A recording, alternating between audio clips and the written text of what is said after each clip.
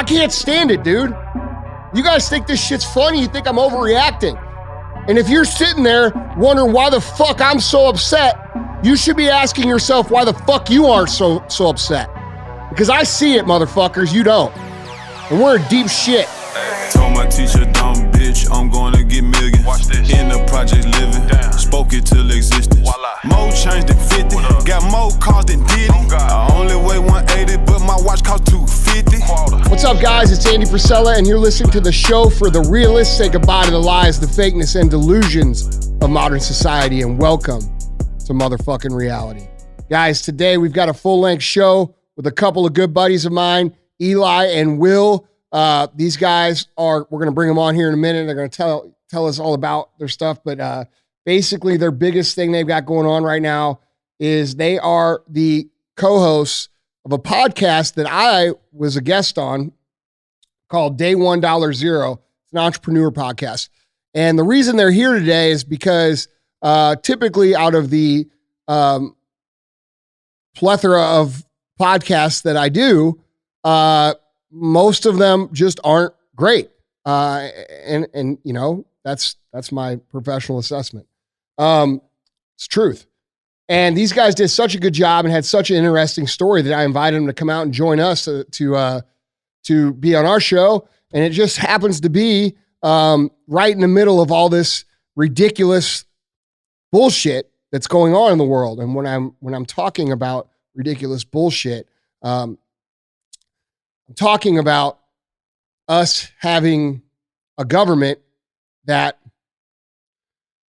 collects taxes from us all year long and bickers and fights and bitches with each other about how to help the economy. Then when it comes time to pass a bill, the Kennedy Center gets $26 million. The Smithsonian gets $1 billion. The National Art Gallery, because that's extremely fucking important right now, gets $154 million. National Art and Humanities gets $167 million. The Woodrow Wilson Center gets $14 million. Egypt gets $1.3 billion. Sudan gets $700 million. Ukraine gets $453 million. Israel gets $500 million. Nepal gets $130 million. Burma gets $135 million. Cambodia, $85 million. Pakistan, $25 million. And Asia RIA, $1.4 billion. And after all of that, the American citizens get $600. Now, I've been very vocal with you guys all year long. I've been very patient with you guys all year long. I've explained to you what's been going on over and over and over again. And I get these messages and you say, thank you for speaking up. Thank you for standing up for us. Thank you. Motherfucker, you got to stand up for you. Okay? I don't know what to tell you. You guys want to be fucking pussies and get your tax pay. This is so fucking disgusting to me. And I can't believe that anybody in this fucking country is okay with this at all. At all. For any reason.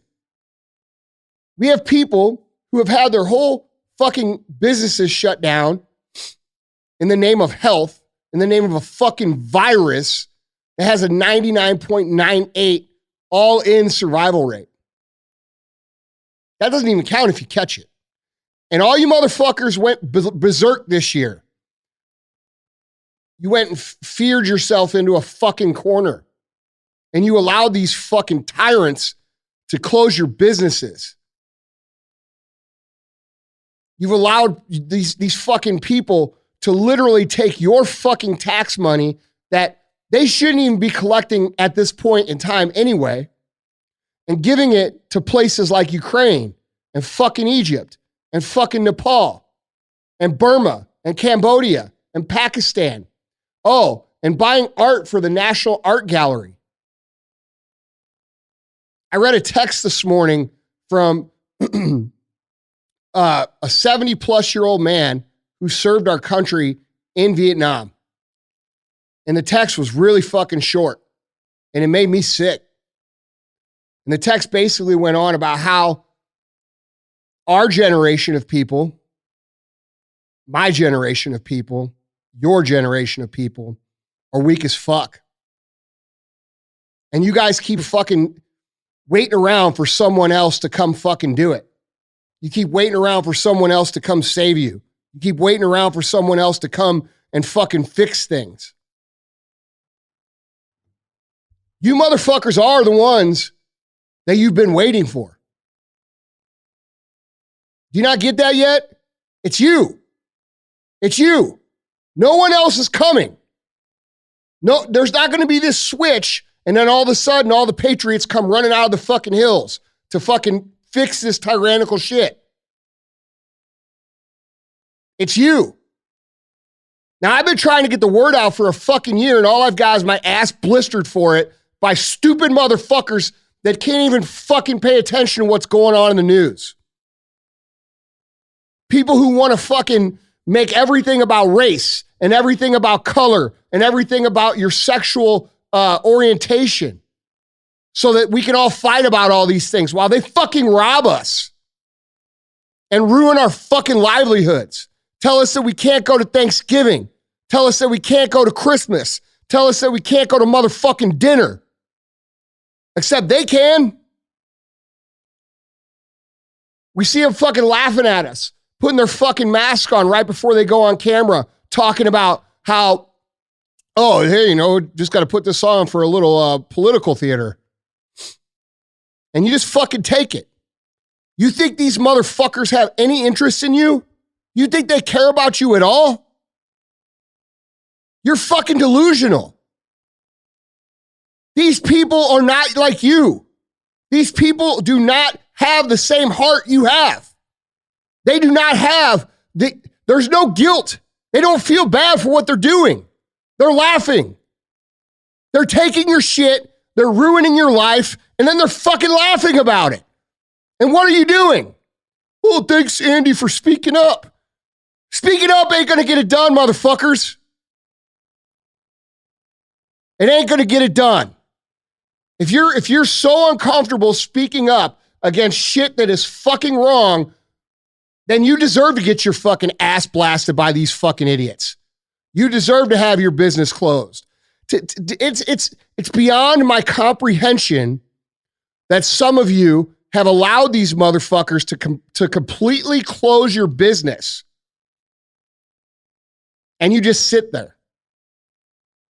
It's beyond my comprehension. I can't comprehend it. I can't. What the fuck are you afraid of? They're taking everything and they intend to keep taking until you have nothing. I explained this to you in the beginning of the last show and then fucking show before that and then a bunch of whole shows before that this whole fucking year. Show me where I've been wrong. Show me. Because I haven't been.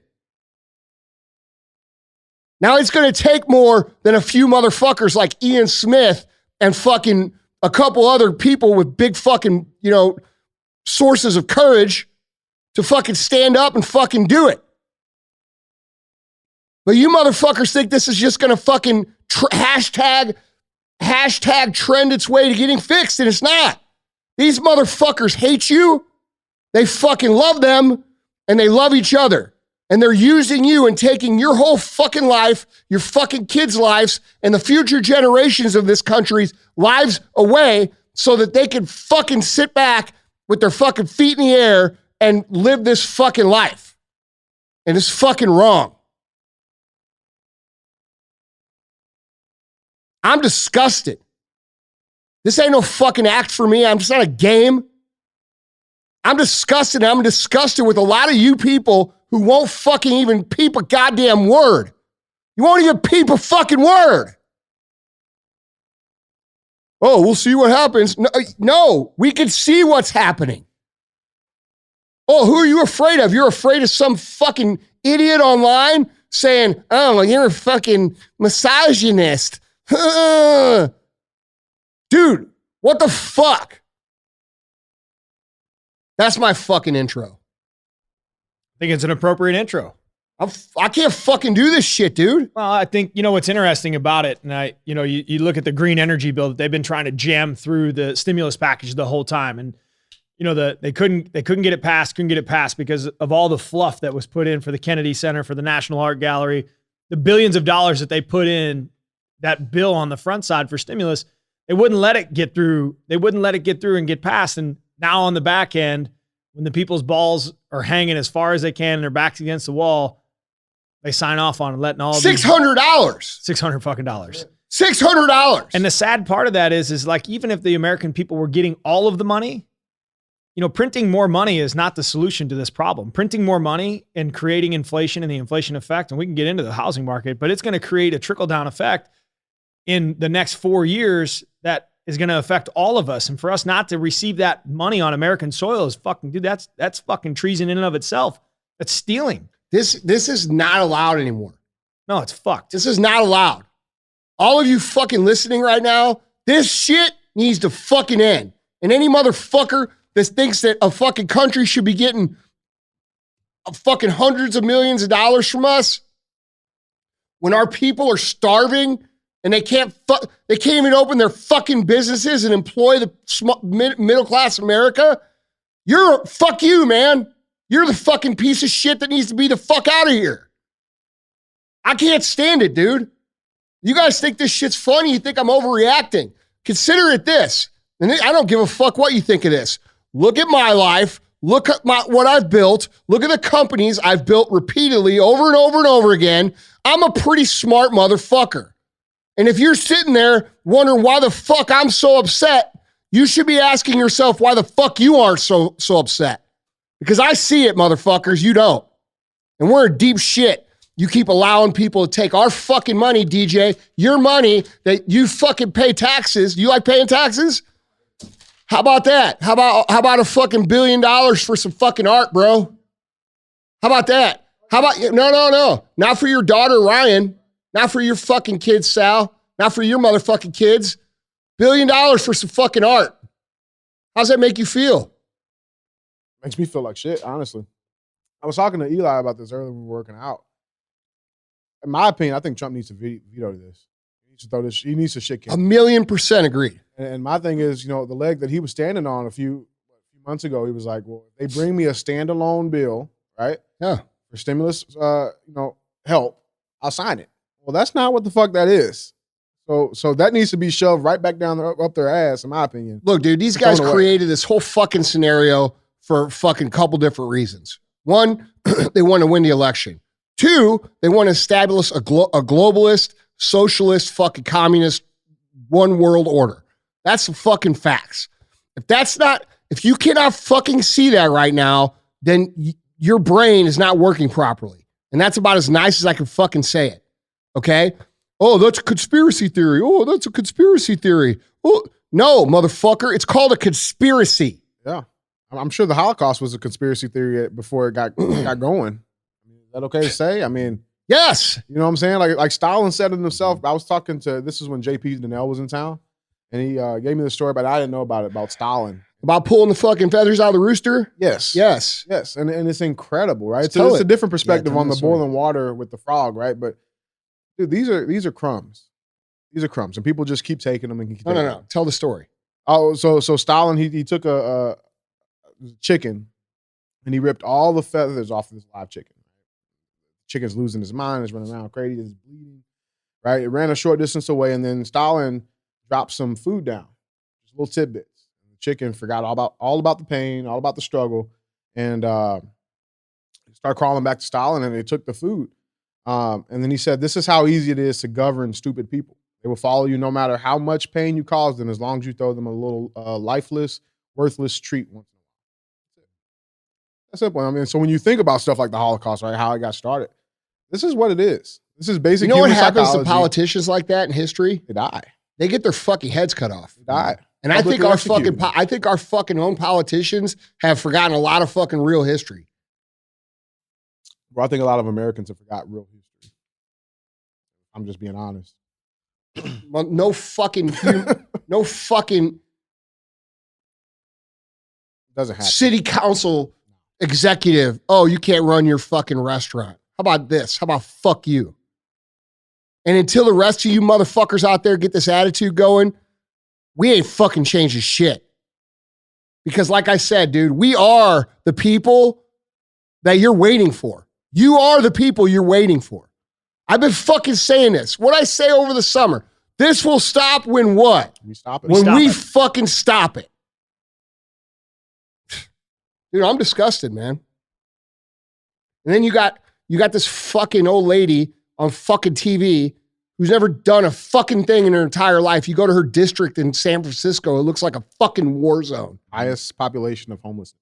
The highest population of fucking homelessness Is in her district, yeah. and she's fucking telling us what the fuck we can have, $600. She fucking said there on the news yesterday, well, I wish it would have been better, but it was significant. $600 significant for what? She lives in a $20 million house.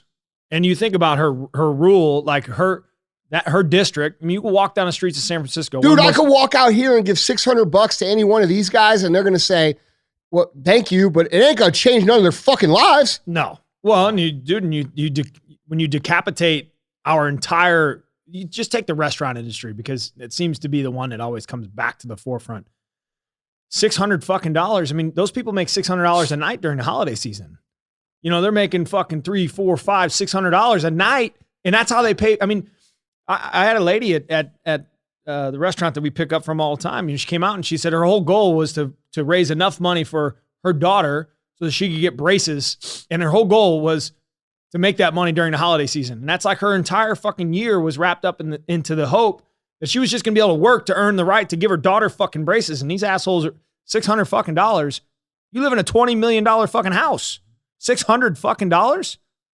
But you think about it, like on top of that, like you walk down the streets of San Francisco, there's shit, human shit that they tolerate in these villages. And they're up and down the street. You're talking about the highest rent district in the entire fucking world.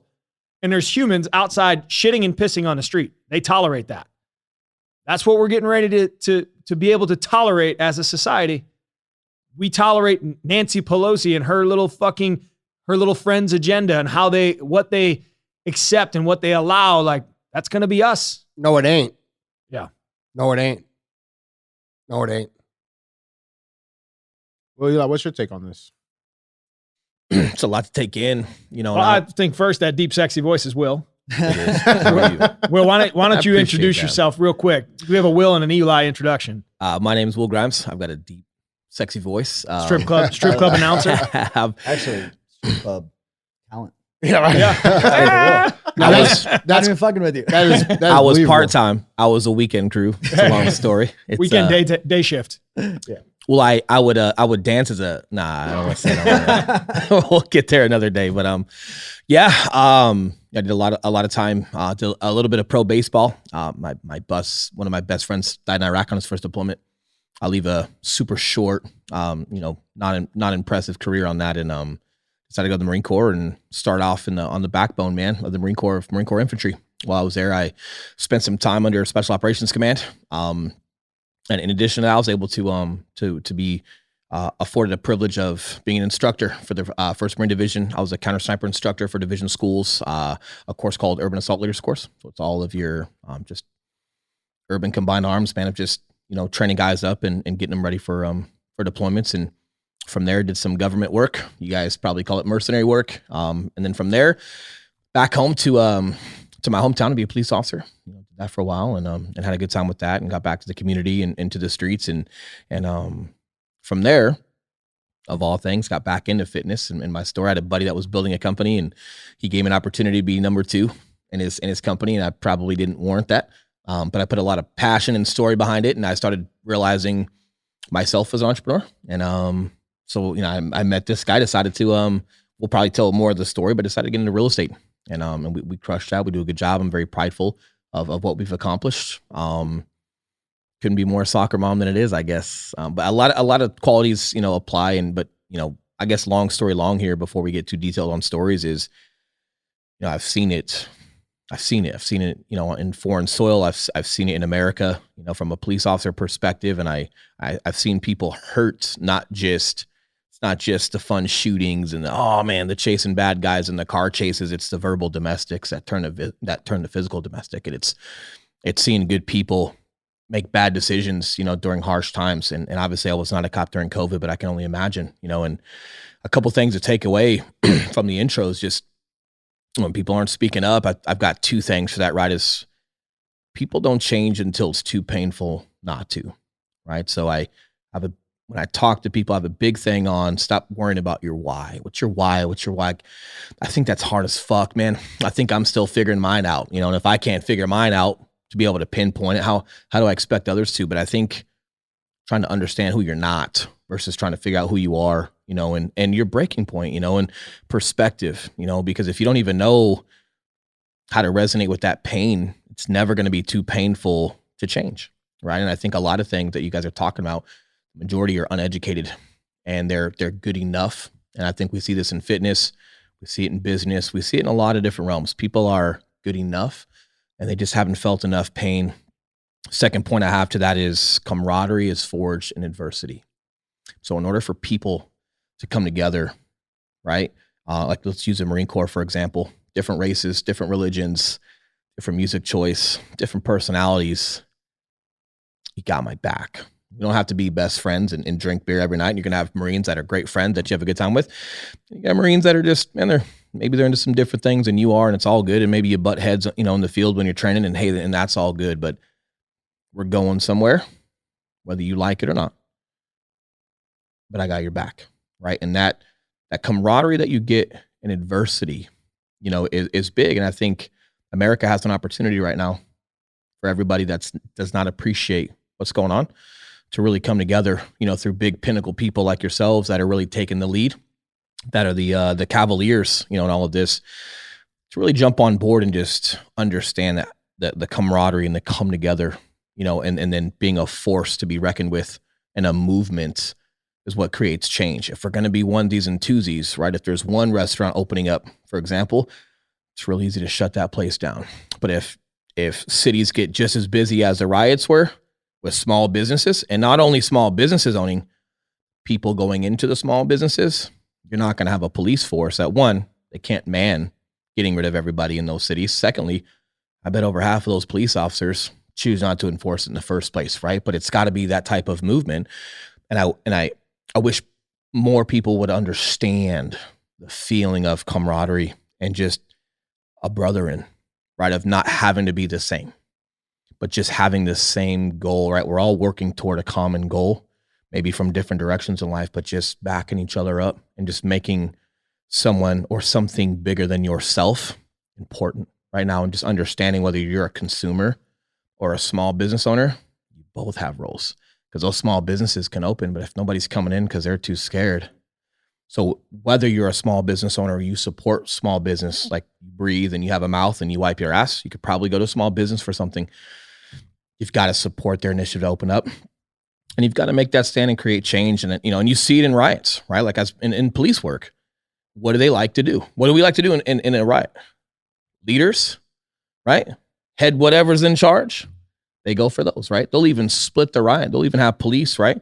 Like we'll create the flying V, right? Yep. And we'll dive into there and we'll create space to grab someone that's taken lead, that's taken initiative, and you try to eliminate the cancer right away. Now, completely appropriate for, let's take politics out of it. Let's just say the riot should not be there and it's violent and it's inappropriate, right? We've got to take those out and eliminate cancer right now. And when that happens, it takes the wind out of the sail of the entire riot. People see what happened to that person. They're no longer about it. Well, guess what? Those same tactics are being used when it comes to manipulation and what's going on with America, and it's not leadership. They've got an agenda behind it, which makes it manipulation.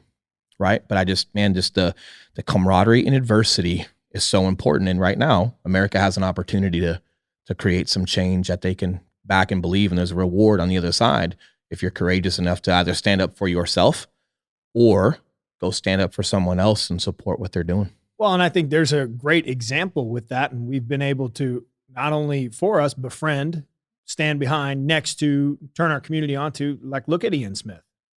9 months ago, we didn't know who Ian was, right? In that grand scheme of things, but he had the courage to stand alone. And it took, Andrew befriended him first, in a sense, hey, look at this guy. We need to support him. And then, Andrew turns the light on to him. Then guess what? I'm turning my light on to him. Our guys are turning. Dude, yesterday it was really cool. Actually, I wanted to get a picture. There was, I don't know, 14 or 15 people training at about 6:30 at night last night. I think 10 of them had fucking Bellamar shirts on, right? Like in some way, shape, or form. That support, like here's a guy who's going, he's the guy, right? And he's been locked up, take him away, shut the doors down. And the momentum, people are supporting his action, but there needs to be more chiefs in that world, and understanding like, hey, this is going to happen not only at a national level, but it's going to happen at a regional level. It's going to happen at a state level, a city level, a county level, but you need balls of courage to stand and understand it, dude. But there's two roles to that obligation, as we both talked about. Like there are fucking the leaders and there are the patrons. Like you have to, if you see somebody, and I know we've had a huge initiative as a company to support those small businesses since the fucking jump, but you got a motherfucking role to play. Like you might say, oh, it's not my job, or, oh, I don't have it. No. You have a fucking role, and your role is to support those small businesses. And before they open, like you need to, when you're having those conversations, be like, hey man, I'll support you. Hey man, I got you.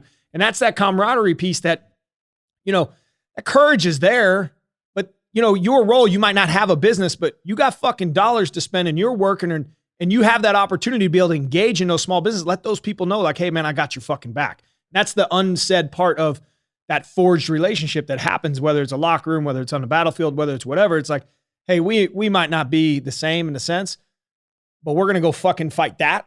You and I are on the same fucking team and I got your back. And it starts there. This is not an idea or a problem that's outside of your grasp, right? Like when we talk about presidential elects, or we talk about politics, and it's hard to learn, it's hard to understand, and like, man, that's so far out of my reach. Why am I even in the conversation? It's not true, right? And this is where we get back to like Marine Corps infantry, right? And like that's where my pride is. That's what I'll always call myself, no matter like SOCOM is phenomenal. I've met some amazing Marine Corps infantry is bull riding, right? That's where the entertainment is, right? It's the bull riding. People come for that show. Well, that's the backbone and that's the staple of the Marine Corps. And please understand, no matter how high you are in command staff or what crazy cool stuff we got, guys kicking indoors, bringing the fight to the fight. That's what wins those battles, right? And it's the same thing here. Like it's got to start with you, and it's got to start with your neighbor. And if that doesn't seem big to you, no, that is big. And there's a domino effect to that, and man, they talk about in the Bible, man, taking care of your neighbor, right? And loving your neighbor. It's okay to start there. And it's okay if like, man, what's my influence and where am I at this whole thing? Love your neighbor. Take care of your neighbor, right? Like it's okay to start there. And if you end up becoming bigger and having more influence, hey, that's phenomenal. But please understand, the majority of us that are still trying to work and provide for our kids, and we got enough of our own shit going on. True. And I understand that. You can still you still find time to love your neighbor, and please understand like the power of that behavior consistently at scale wins wars, right? One thing I think about, I think the problem that we're seeing right now is everybody's thinking this is not my problem. You know what I'm saying? Like no, Andy, this is just your shit. You only got to worry about this. That's not. First of all, let's be fucking real. I don't have to worry about fucking shit. Okay? Let's just get that. So all you motherfuckers out there listening to me talk about this, I own a bunch of different companies and they all do well. They've all done well. We've been blessed. We've pivoted. We've done good. I've taken care of our people. There's not been one motherfucker in this building that's missed a fucking dollar during this whole time. Okay? So I've done my part. All right? Let's get that fucking straight. Here's the problem.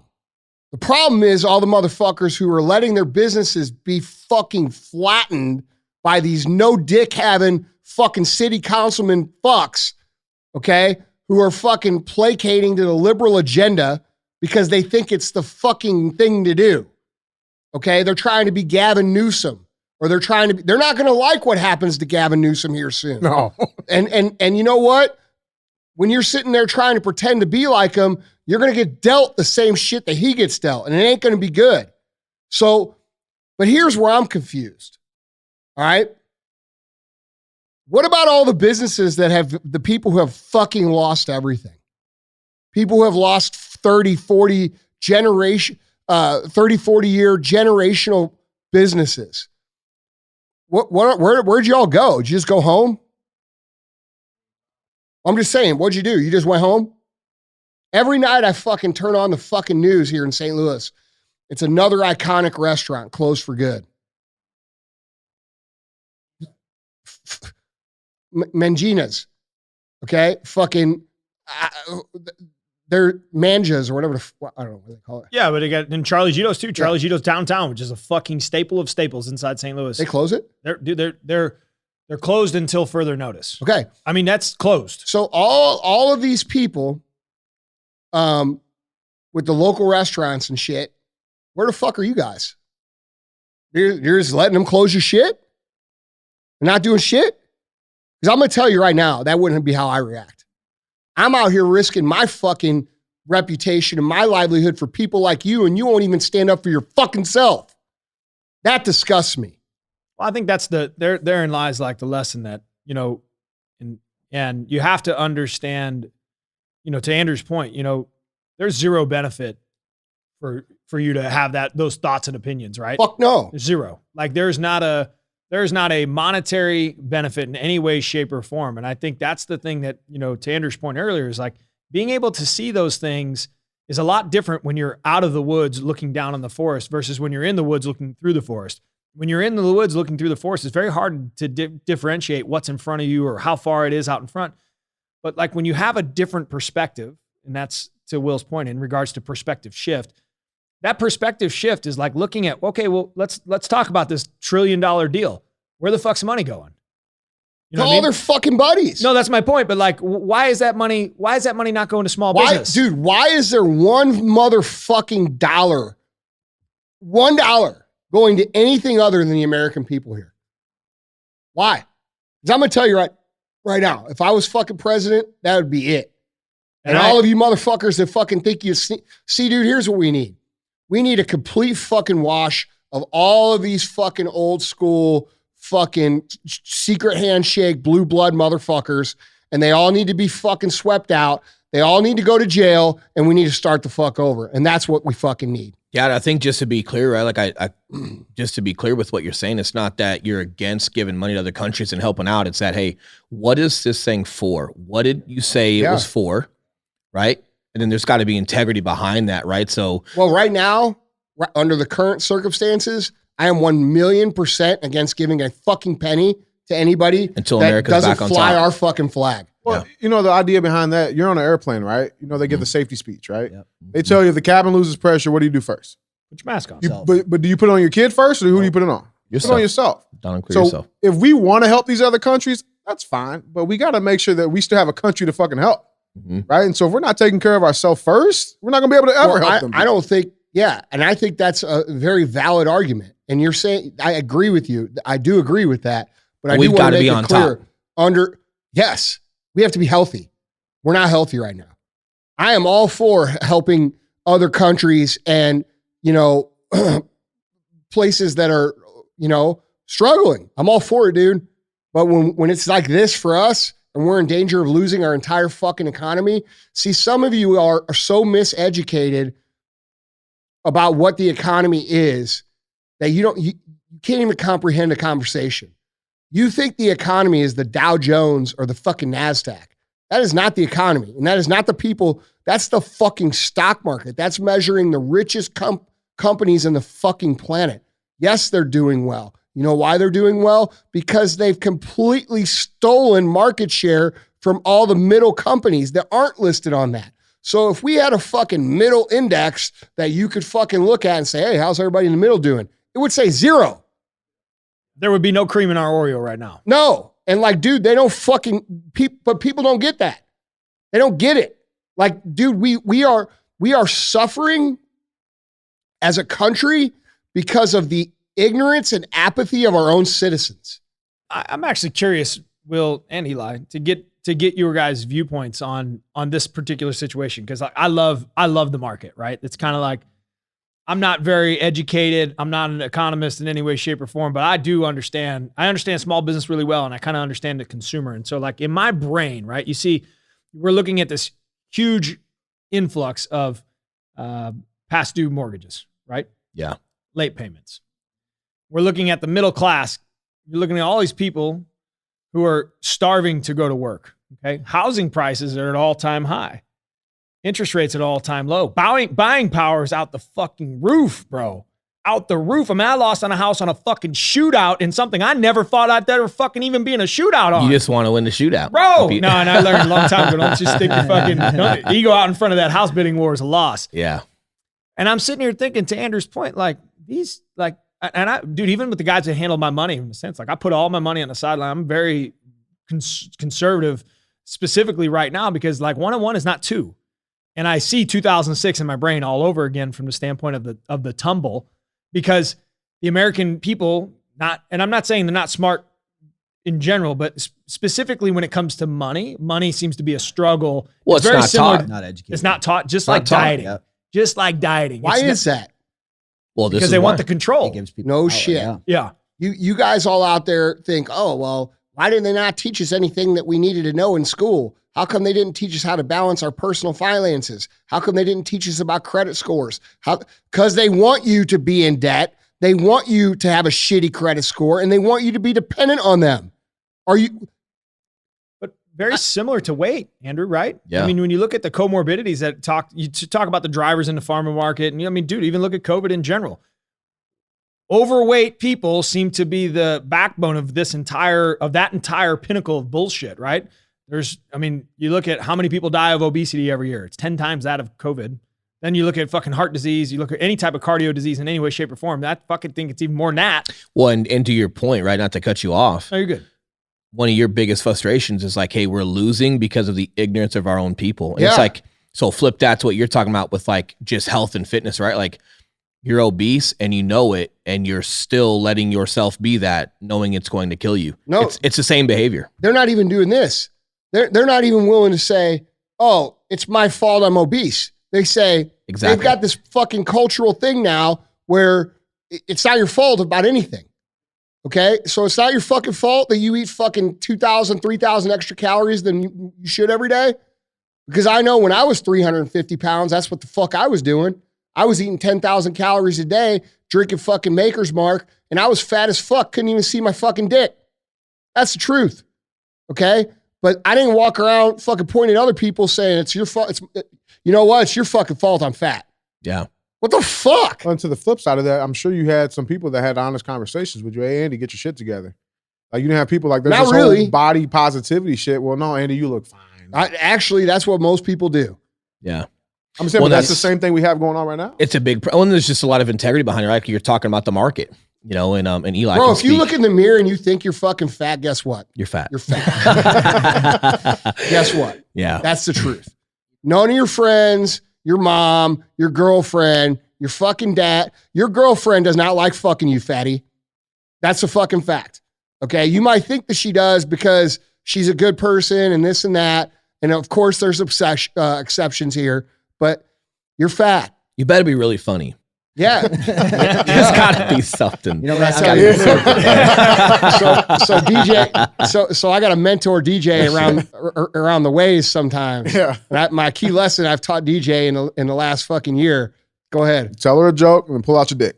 That's it. That's it. That's the Tell whole her a key, joke. dude. That's it. Distraction. You know, man, Diversion. I'm not surprised by the general population's response to COVID. I'm not. And not to call people sheep, but Yeah. for the most Bah. part, people, yeah.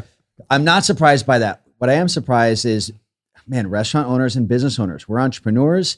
This is something that we're bred for. We're made to be resourceful and provide for ourselves and question authority, and live a lot in the gray area, you know, just managing shit, making things work. Yeah. I'm not surprised by the way the general population has reacted, but businesses and entrepreneurs starting a fucking restaurant, man, that's not easy. No. Running a restaurant, not easy. And then just to roll over? Yeah, Because man. someone says some shit to you? Yeah. How about this? That's the part that pisses How about me no? off. Yeah. No. Oh, Well, you're going again- to arrest me? Right. Okay. Right. Oh, you're gonna rest me tomorrow? Okay. Yeah. Oh, the next day too? Okay. I'm still gonna be serving fucking tacos, motherfucker. Entrepreneurs are bred for this. But this is where, unlike anything else before entrepreneurs, you've always had, if you weren't good enough, you had to get better as an entrepreneur, right? Yeah. But you've always had a consumer to go to. If your product sucked, you just had to get better or be different, but there was consumers. But right now, these entrepreneurs, these restaurant owners, they're kind of relying on consumers coming in Dude, to look, kind of like complete that effect, right? And I think it's still a little twofold with it. these motherfuckers don't deserve to be in business if they want to open their business. Yeah. Period. And here's the fucking good part of that whole thing happening. When this comes to a head, which it will, and it's going to soon, when it comes to a head, all the weak entrepreneurs are weeded out. And all the fucking strong entrepreneurs who are willing to stand up and fight for their fucking livelihood and their family and their employees, they will gain tremendous market share because there'll be a lot of open market share. I agree. So that's a positive to what's happening. And if you're listening to this and you've been one of these people that has closed their business, I know you're going to write me a letter, say, I had to close my business. No, you fucking didn't. You closed your business. You closed it. Well, man, that's the foundation of our podcast. Like our name, our literal name, Day $1 it talks about just this, man. Like, man, even after you found success, how do you still operate every single day? Like it's your day $1. How do you still operate like your back's against the wall, literally where people are right now? And not only how do you still operate, but man, how do you fucking thrive? And it was literal. It was literally literal, man. Like day $1 is a hashtag I use on my Instagram, and I'm not that cool, so no one had ever used it before, right? You might think you're original. Nah, used it. Dude, I'm just not that creative. Like it wasn't cool enough. But like when I walked away from that fitness company, I decided like, man, I just I wanted to make a change, just do something different. And my wife was just like, hey, you ever thought like if you work 16, 17 hours a day for yourself, like what that would be? And I said, no, actually I haven't, and I was an entrepreneur late in the game. I learned a lot of skills from my background, but I was new to that. And she said, have you thought of real estate?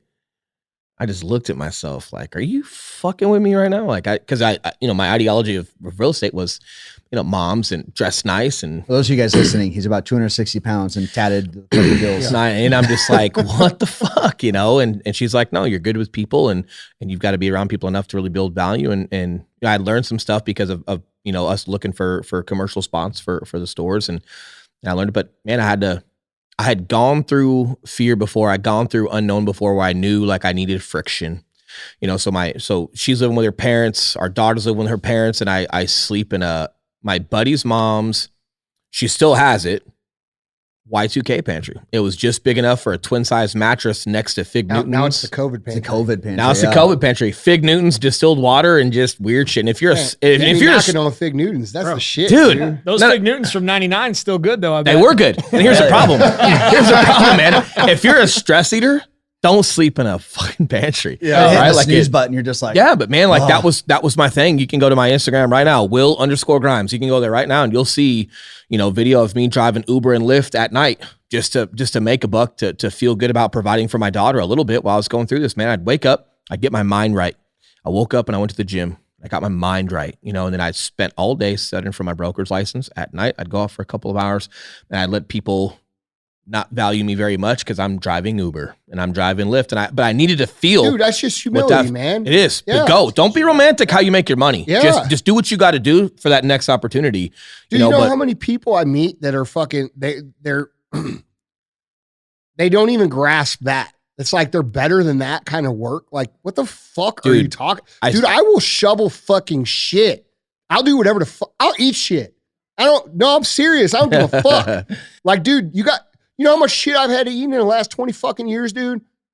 A lot. But I think that's the commonality, right? When you have successful people on the podcast, that piece of humility it is literally ingrained in every single person that we meet in that thorough way. It's all the same. And I was so afraid because I had this success as a Marine Corps guy, right? And I had a lot of accolades there and a lot of success and a lot of pride, of accomplishment, and some government work and police work and the fire department, when I was a cop, had given me their Medal of Honor. It's called the Guardian Angel Award. It's their Medal of Honor award, and I felt. What'd you get that for?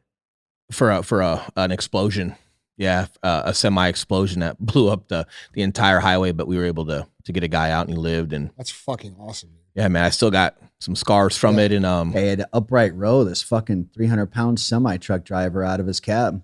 yeah, the entire thing was blown up, man. It was, and I had that, and it meant something. Yeah. And then here I am going to be a broker, and you're just like, as much as you're afraid out there right now to start something, it's just as scary as if you feel like you've been accomplished before and you're giving it all up for like the unknown, and I'm doing it, man. I'm like flat broke. My mom, driving a car in her name because I had no income. And my mom buys, gets a car for me just so, and we're trading in a truck with bad equity, by the way. So we had to get a car that could hold the bad equity. I couldn't get a $15,000 car. I had to get at minimum a Cadillac. So you got a Camry. I got a Cadillac. And my mom signed for it. I had no income. And I'm first getting into real estate. So I'm out of the pantry by a week. My wife says, "Hey, we got to get a townhome or something. I can afford it." And just the pride of a man, God, man, I didn't want to go home. I just couldn't contribute. I had to just push through. And I'd been in those places before, but never like this, never without an identity. And I'm wearing a tie that ain't mine, and I'm driving this car off the dealership that's not mine. Not only is it not mine, we also took the $2,000 rebate so I could have money in my checking account for gas. So that put the car even more under bad equity, right? And then I'm driving back to work, man, and I get a call that a good buddy of ours, Marine Corps, combat veteran, got hit on his motorcycle by an SUV. And, Marines have passed away, and that's unfortunate.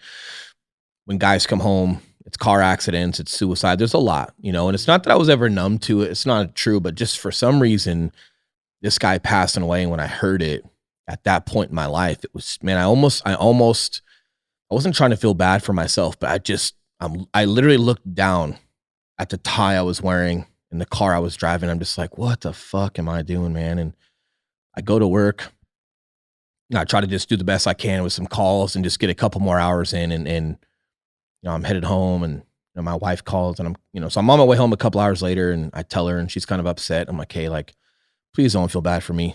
He had closer friends than me in California that they were doing business with, and now they're hacking the load for those businesses, and he's got family. Don't make this about me. And I get home, and she's still kind of crying, and I was like, "No, it's okay." And she's like, "No, we got to talk." Right. And then I'm not that good looking. Right. And I like to think I do good in some realm, but I'm broke as fuck. Right. And super insecure about myself at that point. I'm like, "Great. You cheated on me. You're not happy with me." Right. Of course. No, I'm an idiot. And, she had an envelope for me on the counter, and she's like, "I really hate, to do this to you. I know it's a rough day, but I'm pregnant." Hours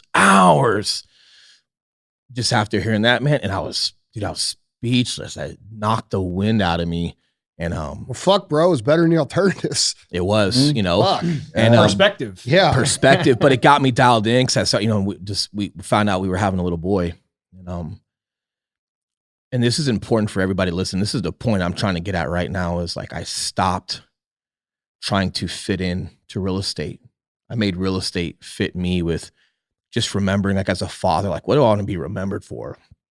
What are the stories I want to tell this little boy? What am I built from? And it was still a Marine, still a cop, still a father. And there's a lot that goes, and what does that mean? And then when I'm out doing work, and it's being a person of integrity and standing for something and not worried about getting a ton of leads and marketing myself, just worrying about being a practitioner and doing a good fucking job and understanding how many referrals come from doing a good job, and stop trying to reach around or get a handout. You've got to learn how to help yourself. And I know your brain's clicking right now because you're thinking about right now how people should be helping themselves. But I got back to the fundamentals of who I was and understanding oh man, there's so many things about you that built this tool belt. Why would you ever take that off? And I had to dig deep and I had to do that. And man, we're 3 years to the week right now of being in business, man. And it was from a pantry 3 years ago to we built a team that was not only top 1% in the world, but top 0.5% in the world for Berkshire Hathaway. And,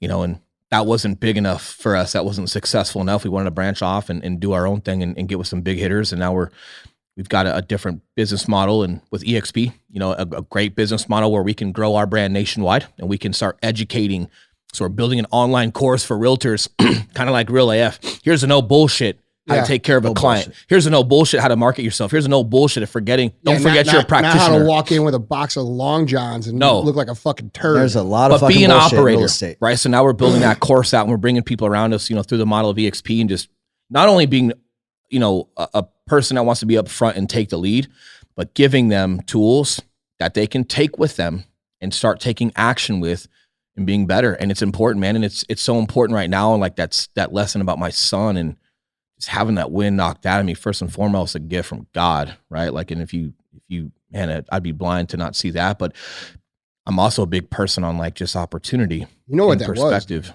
That was God saying, hey, you got some shit to take care of, bro. Yeah. Get it together. Yeah. That's what it was. Reality check. Yeah. It was. Mean, that story to me resonates. Obviously, that hits home. Andrew knows this. Like, playing business is something I was good at, right? And up until about 5.5 years ago-ish, about the same, we were doing well and, the company was doing well, but I never really I don't want to say took my life serious because that's unfair. But like when it's just you kind of figure out how to make it work. You figure out how to, still going to eat at night. Even if it's back down to the $10, like you figure it out. And, when I found out my wife was pregnant with Enzo, it was different for me, because of what you were talking about on, for me, like, and I would challenge on your why, because you say it's figure out who you're not, but who you are. And I think for me, that was maybe the first peak of who I am, of like, all right, what do you want to be? What do you want him to say about Enzo's dad? What do you want Enzo to say about you? How do you want to be remembered? How do you want to be thought of? And then every action from that point forward, and every action to this day, but and I have the girls. And I learned to your point, and this is a fabulous point, and I think this is where, as an audience, you should take notes here, is it's not about fitting in. It's about figuring out who the fuck you are. And sometimes it's figuring out who the fuck you're not. And for me, it was most important of figuring out how the fuck I was going to be remembered and how the fuck these kids were going to look at me and how the fuck my name was going to be spoken when I'm not around. And that's the important thing about realizing that we're all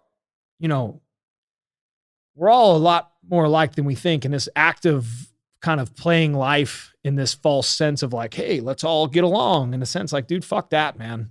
Like, fuck that. No shit, fuck that. And you'll get along with core values. You'll get along. That's right.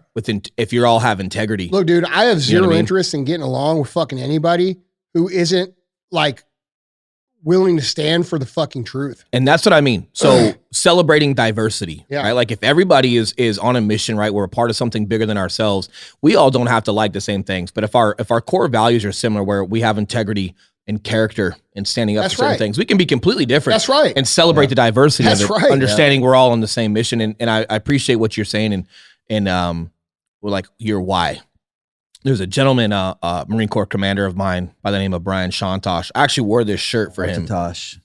because people are duplicating his content right now and it's pissing him off, and I sent him, yeah, yep. Oh my and he's God. a great guy, and I said, hey man, there's a why the saying. fuck we just laughed. Oh yeah, I know, because Okay. people copy your shit all the time. And you know what I told him? I said, hey man, there's a saying like in that gun world, and he knows it, man. He's a Marine Corps commander, and he does ultra marathons and the 200 Badwater mile races and 240, shit. Yeah. crazy shit. I said, hey man, in the gun world, you're either a cult or you're a copy. And people understand like who fought off Comanche Indians. It was Texas Rangers, and it was with a cult, right? And I said, hey man, you're a goddamn cult. You're an original. Anybody trying to copy you exposes themselves. But something that hit me true is I was actually looking to him. I was crying out for help, and I wasn't telling him. But I linked up with him after Fit Republic, and we were having lunch together, and I was putting on a smile, not like faking it, but I was just trying to be in a good mood. I wanted to see him again. I hadn't seen him in a long time, and I had some great business success, and it was great to talk about. But I was off into this new venture, and I was super scared about it, and I was almost feeling bad for myself. And we met, we had a great time, and he complimented me. He said, "Hey man, like, it's no disrespect to any Marines or anybody else, man, but I get so many people call me and reach out to me. And he's a pretty big deal in the Marine Corps world, and that need help or need something from me." And he's like, "Man, like, you're out there and you're doing it and you're successful and you're just, man, you're a breath of fresh air. Like, oh, I'm just so excited to like see someone succeed." And that gave me a role of who I wanted to be. It was like, you know what, man, like, even if I haven't quite found myself right in this moment, And if that guy still believes in me, and if I'm something to that guy, if I'm a breath of fresh air and I can be something for him, I need to go out there and be that. And I need to be who that guy thinks I am. Not change myself or not change who I am, but just, hey man, make this bigger than yourself, right? This isn't about you and what you're going through. This is about everybody else. And this is about how can I bring value and be that value for others that lights them up. And man, I think over time, I find myself trying to do that, being that light, being that direction, being that just that guy that can get folks jazzed up, and not only just get them jazzed up, but just help them with some of the direction and being successful. Yeah, and for me, like mine's similar but different, right? And I'm only sharing this not to, I don't want to be the Tommy 2 guy or Tommy Topper, right? Like I'm sharing it because I think there's a perspective from an audience thing. Like for me, I had to stop figuring out, like, and this is tough, man. Like this was really tough. Like I had this situation happen twice. Once when I left my career at J&J to come here. I mean, I went from making a whole lot of money for one of the best companies in the whole world to come in here and everybody's like, you're fucking crazy. And like, that's an uncomfortable place to be, like when your friends won't accept you, right? Yeah. But when I realized like that in life, becoming a father for me, it shed open a bunch of doors of being a man of integrity was more important than being liked by my peers or people around me. And because, and what I realized is by being a man of integrity and by exemplifying character, and, because now in my brain, like the thought process goes through is that everything that I do is going to be a story that's told to my kids, everything that I do. And I try to replicate that. And what has happened is it's allowed me to have deeper connections with other people. Instead of like figuring out like, hey, let's figure out how to get this guy to like me. I'm just fucking unequivocally me. And some people aren't going to like me, and that's okay. Like, I'm not mad. I'm like, dude, sometimes like for some people, I'm very easy to like we can have a really great relationship. Some people don't like me. I'm okay with that, but I'm not going to be okay with not being me. Do you like you? Yeah. That's yes. Well, okay. And it's an earned confidence thing. That's it. And I don't like myself all the time. Fuck. But here's, and I'll let Eli dude, people, I get all these fucking, because dude, I get a lot of the do-gooders, right? They fucking, Andy, you're a fucking raging crazy person. All right. You're so toxic. Where do they? Toxic. Hey, how do they get that from? That fucking meme with the fucking Mondays. You know that meme with the fucking the cartoon with the flat face and it says health, HELT. Yep. Like that's them. They just send you that? No, that's what I hear. That's what I see set. And hey, if they're not for you though, that's okay. But that's the thing. It's like I'm fucking like that. I'm like this. I don't know. I work pretty hard. I treat people nice. Yeah. I try to do the right thing. I'd be friends with me. You know what? Fuck you. Right. Yeah. Like that's how you got to look at it. Like, dude, it's easy self-evaluation. Here's where a lot of people fuck up though. When you find out, like you mentioned, you found out who you are, or rather you decided who you wanted to be, and then your actions started falling into who you wanted to be, right? To become that person. Once you establish like who you are, staying true to that is where a lot of people go off the rails, because then they start, once you start feeling like it's easy to go off the rails or start worrying about people's influence, man, people like Andy, people like Will, whatever that cloth is, you guys are both fucking cut from it. And the thing that I love about that the most is that it gives the rest of us permission. Well, bro, listen, just because I say like that, right? Like, well, I like me. I do the right thing. I try to help people that need it. I try to use my skills to the best of my abilities. I treat people with respect. I care about people. I list all these things. Those are not permanent. Okay. So like, I don't get to say that once and then be like, fuck, dude, I'm a great person. They're perishable. Right. If you don't practice it, it goes away. So while I might say that today, maybe tomorrow I go through and I say, all right, I like me. I fucked this up pretty bad. I should probably correct that. Yeah. Okay. You did pretty good here. Even though you fucked up this, I'd still be boys with you. You're still cool as fuck. Like, it's like an internal conversation. You got to be able to audit yourself. And then what you have to do is when some motherfucker that hides behind a fake ass profile and a fake ass name says some ignorant shit, you got to remember, like, you got to take it like you're above yourself. Mhm. Like it'd be like if one of those people, they said the shit to me, but they actually said it to you, right? And I'm like, fuck that guy, you know? And that's happened before, right? Yeah, You call right. him, say, hey man, no fucking, say, fuck that guy. All right, all right. Yeah. And then you got to call him back and be like, hey, remember that one time you told me fuck that guy? Hey, fuck that guy. Yeah. So, but dude, if once you learn to do that to yourself, you're much more free to be who you are because you're living with integrity to a standard that you believe in and that you believe is important.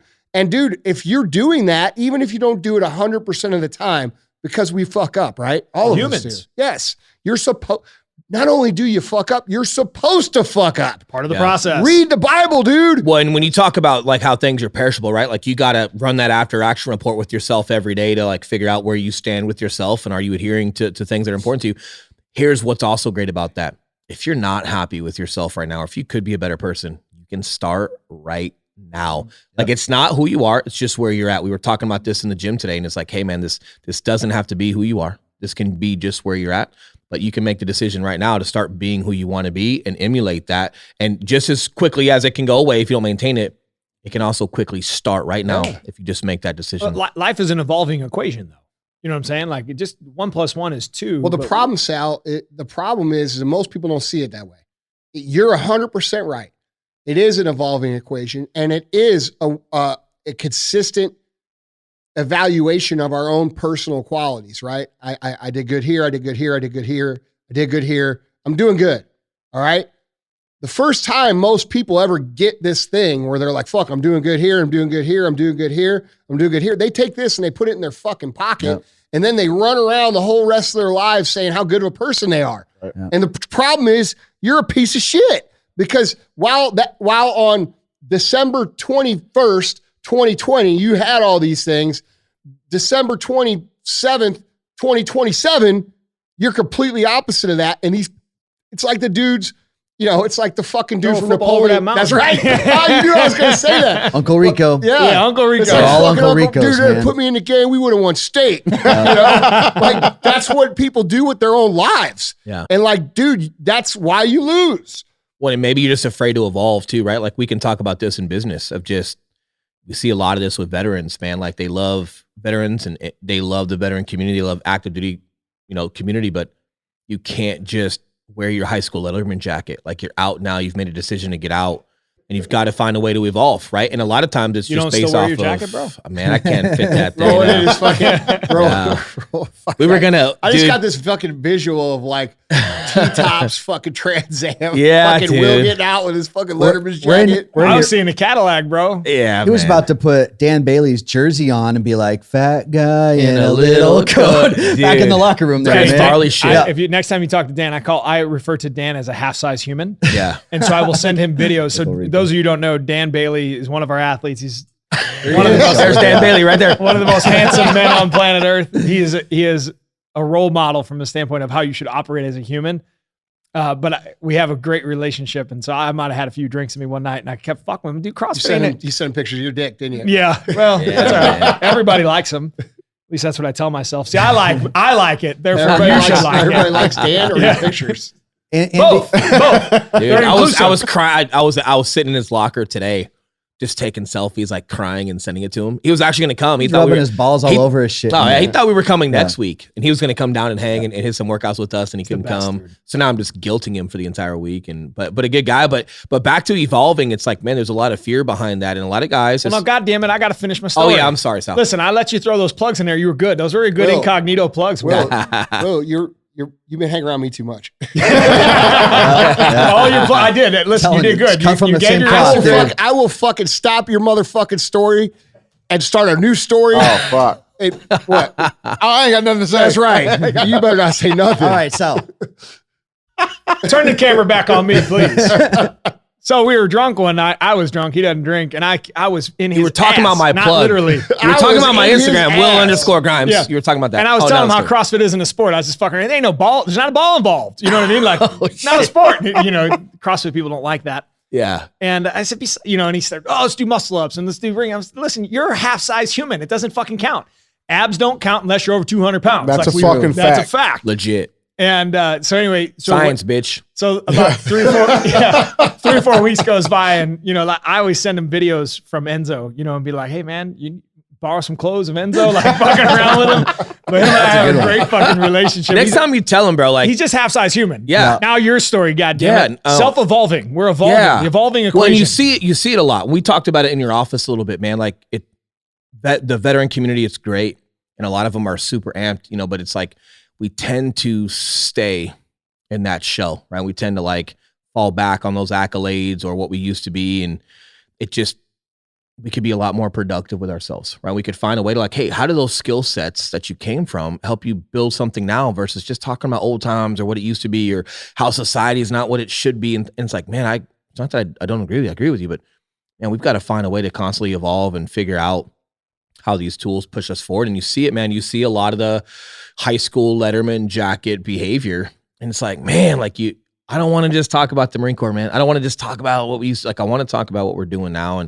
But again, I think when you come from an identity and a prideful one, it's almost hard to think that you're letting it all go. And I think part of what I figured out, having a son and not having a choice, like you better Roger up, cowboy up right now and figure it out. You start to realize at some point in time, nobody gives a shit. You know what I'm learn saying? that. Like that was hard for me with baseball, like out of the gate. That's why I never really talk about it. I don't talk about it, not because I don't love it or because I don't appreciate it or because I didn't learn a fucking million things in life from it. Yeah. I don't talk about it because I realize like that person don't give a fuck that I played minor league baseball. No. I give a fuck about it. Exactly. If that person doesn't give a fuck, you know what that person gives a fuck? How can I help them? Right now. And unless that involves fucking me teaching them how to hit baseballs, which obviously I wasn't good enough. That's why I'm here. Yeah. It's not going to fucking work. And you talking about baseball all day is not going to help this company grow.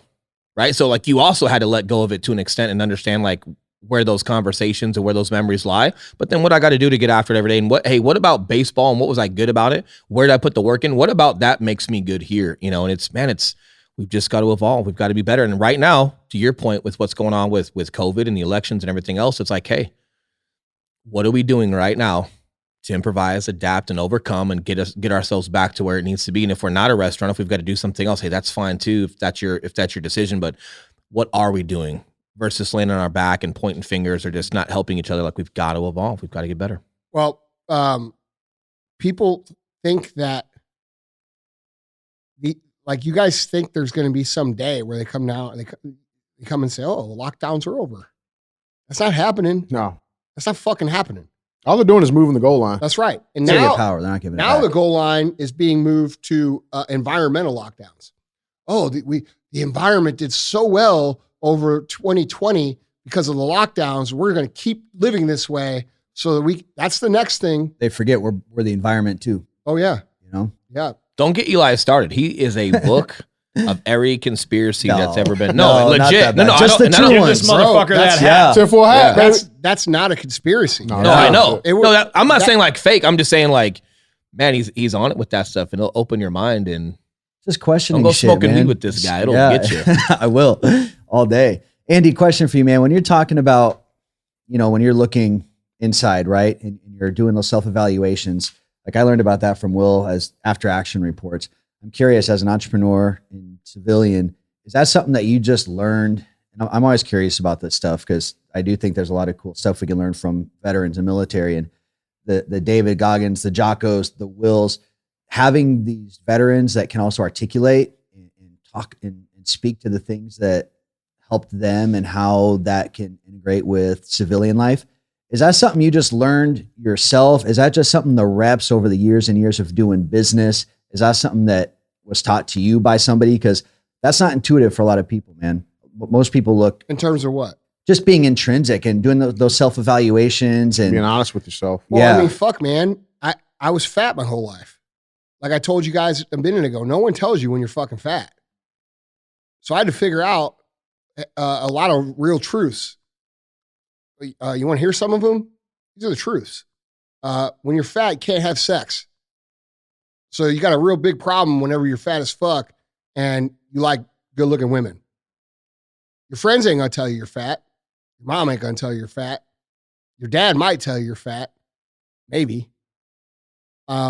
So I realized through my life growing up that a lot of the things that I was being told were not the things that actually were true. And so a lot of those things had to do with with just life in general. And so I stopped listening to what other people were telling me was true, and I started running experiments on things that I thought might be true, right? For example, when you're growing up, every fucking mom out there tells their fucking kids the same shit. When you take a girl on a date, you pull out the chair for her and you buy her flowers and you do this and you do all these nice things, and every motherfucker who did any of those things tell you exactly where the fuck it got you, where to get you. Got you home fucking jerking your own dick. That's the fucking truth. Okay? Unless you're Sal, he's fucking pretty. No. And not, I'm just being honest. There's always that outlier. No. Yeah. And the idea of this sweet, loving relationship that people think happens when you act like that. No. Safe. What happens is you're supplicating to that person, you're submitting to that person, and that's not even attractive in female DNA. Okay? So female DNA is they want a leader. The reason you have all these girls out there that fucking date assholes isn't because they're assholes. It's because they're much closer to a leader than you are when you're fucking kissing her ass with everything that she fucking does. Okay? So these are things that I discovered through observation. That's just one of them. All right? So all the moms out there that are telling their sons all this fucking shit about how to get your, basically what the moms do is they tell their sons the shit that they're missing in their romantic life, and they tell their sons to go out and do that when it's not appropriate to do, and then their kids get fucking friend zoned, and they grow up thinking, why does none of this shit work? What's wrong with me? My mom told me that this and this and this works. It doesn't work. It's a lie, and it's fucking selfish lie because it's what they want, not what's actually true. Okay? That's just one example. It's one-dimensional. That's one example. You know what I mean? Like it's hey, you want to buy your girl flowers, cool. You want to get her door, cool. But the problem is, like, if that's all you're giving them and it's one-dimensional, then that behavior bleeds into everything versus and then understanding how to have a backbone to be a man. And this is why you have all these dudes. All you have is this advice. This is why you have all these dudes saying shit like this. Oh, it's our anniversary tonight. I'm taking my girl out to a nice dinner. Hopefully I'll get lucky. Okay, first of all, motherfucker, if you're hoping to get lucky, you got it all fucking from wrong. your girlfriend. And what? Yeah, and none of the girl. If you have the mentality that girl is going to make you lucky by having sex with you, what? You fucking don't have shit, dude. Yeah, like you're fucking lost. And you listen to these fucking goody stories that they put out on the fucking world to make everybody seem like it's appropriate. What I'm saying, which is the truth, is called toxic masculinity now. Now this is toxic. So I can't tell the truth about the male-female dynamic because it's just not right thing. But yet, every fucking male, most females, what's their biggest complaint right now? There's no men. Guys are pussies, yeah. There's no men. Yeah. There's no men. Well, the reason there's no men is because you keep fucking lying to them about what the fuck you want and then keep going after something that is the complete opposite of what the fuck you say you want. And so you ask, like, how did I figure this out? By that. Shit like that. Trial and error. Yes. I've just observed situations. I look at them logically. I figure them the fuck out. And then those things are no longer confusing to me. And that's pretty much it. And that goes with business. It goes with everything. And it goes with fucking politics. And the fact that these motherfuckers can't see what is being done to them, I don't know what to say about it. Like, I really don't. So, no, I don't know that anyone ever taught me that. I think I just got sick of fucking losing. You know what I mean? It's hard for people to look inside, man, a lot of time. And that's why it's like, I'm so glad there's people like you talking about this shit because, for me, like, I swear to God, I like conjured up Will or the angel sent this fucking guy down to me. Like I always had Lost that. that really that- dark angel that got in trouble. You know, that guy that got his And penis smacked. I want to reinsert some more here because I don't want people to sit here and think, oh, that means treat women like shit, because it doesn't. But it means be confident in who the fuck you are. And if she's not down with you, then fucking on to the next one. It's not your job to continually sell you to somebody else. Dude, that will destroy your self-esteem. It'll destroy your fucking confidence. It'll destroy your life. And you'll end up with some abusive, crazy woman because she gives you some pussy once in a while. Mm-hmm. How many dudes you guys know like that? All of them. Yeah. Okay. A lot. And on the same time, women are screaming for men to be men. Screaming for men to be men. Or you keep listening to the fucking news. Back to me coming from the Well, heavens. I'm glad. Yeah. I'm saying, Will's back on you're like, his I'm angel curious thing. where this is going. I feel like I'm Can glad. I Yeah, go can ahead. I give you my 2 cents on Please, that? yes. I have a similar different for me, because like Andrew said, like you start to realize, like as you start to go through your chapters of life and maybe you have a little success or you have a lot more failures, and you start to realize maybe that shit's not true. I've learned that, like, man, deep down in my soul, I know the difference between right and wrong. And the second I started like living by the truth, like my code, like the second I started understanding, like if I need to speak the truth, if I'm going to actually play this game, like I got to speak the truth and I got to live by the truth. And to Andrew's point, like I tell my wife all the time, you won the fucking Powerball. That's how I think about myself. Like I swear. And and I know There's nothing wrong with that. No, and it's fine. Like, and I tell, like, and dude, like when I'm going to fucking get fucking laid, like we're having a real conversation. I don't try to dance around that conversation. Like I have the motherfucking conversation, like you should. But I also learned that to be not only to be effective at home. Yeah, I brought you some Danishes. Yeah. Please fuck me. Yeah. You know when I buy my wife flowers? After you had sex? No, when I To apologize.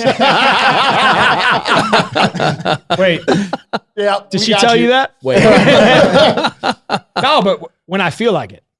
You know what I'm saying? I'm big on that, Yeah. man. I'm a big gift buyer. Like if I'm going through the store and I see something, even little things, man, like an apron. Her mom had an apron one day and she's like, oh man, I need one of those. And I was at Walmart grabbing groceries and I saw a really cool one from Jip and Joanna Gaines. And I'm like, that's cool. And I throw it in the basket. Like I try, when things are top of mind, there's just a consistency there that, we still do anniversary stuff and it's fun, but I'm so on point with your words right now with just those decisions. But when it helped me out, it helped me become a better business person and better leader because I learned to start communicating more effectively. Instead of me dancing around like the employee comes in and says, and I'll be like, oh, well, you're not doing it quite the way I want. What the fuck do you want? Yeah, that's Dude, Andrew taught me that this was skill. me. This is the best. One of the best skills I've learned from Andrew is this. Like when I had a call with an influencer / guy today, and we're going through. He's telling me, I say, hey man, listen, I got a tight schedule today. Let's just cut all the bullshit. You were here. You like what the building has to offer. You love our brand. How do you see it working for your brand? Let's just get to this. I don't need to fuck around. Like I wouldn't have taken the goddamn phone call if I can't fucking take that. For me, how Yeah, right. Dude, I can't fucking stand it. Motherfuckers come up to me and they're like, and I'll stop them and I'll look at them and I'll say, what the fuck do you want? And they're like, they'll first time it happens, they'll be like, oh, Andy's such a dick. And everybody else around here will be like, no, that's just how he gets to the point. He's effective. But he's also, but even though he's saying, what the fuck do you want? It's not condescending. It's, I care about what. Like, let's solve this quick. Andrew and I have literally one business conversation a week. I have a list on my desk. It's actually Tuesday at 4. We're going to bleed in. But it's like, I have a list of things that I need to ask him. That's it. I need an answer on A, B, C, D, and E. See ya. Just give me the fucking answer. You know what I mean? Like, it's real easy. Well, let's talk about it over I don't Danish. have to fucking sell him on it. Like, I just need to ask him like what his fucking thoughts are, and we'll we can't figure the have a rest out. meeting before we get the coffee and the donuts and, But this is to your point, right? There's this unrealistic ideology that says we have to do all things. No, we don't. Yeah. If we learn to communicate effectively at home, in the bedroom, at work, if you learn to just speak the truth and how you fucking feel, you can get to where you want to go a hell of a lot faster than dancing around the goddamn fucking issue. Yep. And where I failed is I was a terrible communicator early in relationships, right? Like where I would maybe lie to them Come here often. Yeah, like maybe That's the irony, though. maybe I wouldn't tell them the truth, but I'd blame it on them. You know, like we as men have that problem too. But like I learned it was me. It was fucking me. I wasn't communicating clearly in how I felt and what I wanted. And like, dude, and I learned this relationship's good, bad, or ugly. Like if I didn't like it, guess what? I don't fucking like it. Not only that, like, dude, how can you fucking live with another human who does annoying shit and you just take like, eventually I'm just going to, stop that shit. Don't do that. Yeah. Well, because I fucking don't like it. Because it annoys me. Yes. And that's okay. You know what I'm saying? yeah. Like, But you're equally okay to have somebody say that to you too. yes, That- part and of the fucking deal. Something I'm big so on. Emily's fucking thing, she gets pissed off, and I get it. Dude, sometimes when I'm fucking, and this is like our little thing. So sometimes when I fucking flip my socks off, I don't fucking flip them out. So then she has to fucking, in the laundry, like pull them all out, right? Man, we got a good wife, man. Huh? You got a good wife. Well, yeah, no shit. It's funny. But dude, she goes, that's right. That's only 50% of it. So the fucking thing is like, you know, she don't ask me much shit. About 4 or 5 months ago, she's like, hey, can you flip your socks like a normal human? And I like, she doesn't talk like that. I'm like, fuck, dude. Must piss her off. I better rip my socks right. I'm going to tell you right now, as a dad folding motherfucking laundry, I got 3 kids under 4, right? Oh man. Turning them socks inside out is the worst fucking thing. And it's fucking 6 pair every goddamn little, day. like, Bro, They're so little, you don't know if they're in or out anyway. dude. That's kind of like your sex life. Here's what's good though, man. Got it back, babe. Oh, That was an Emily joke. that wasn't That was an it. Emily joke. There's a lot of guys out there that are probably similar to me that listen to you guys for this exact reason. And this is why I said like Will was a godsend earlier, because I always had that couldn't hear you. nagging thing in the I back couldn't of my hear you. mind. Your mic was off. What'd Just you say? questioning myself if I'm a bitch, you know, kind of like that thing. If you've never been in a street fight, you don't know what's going to happen, right? You don't know how you're going to take a punch. You don't know.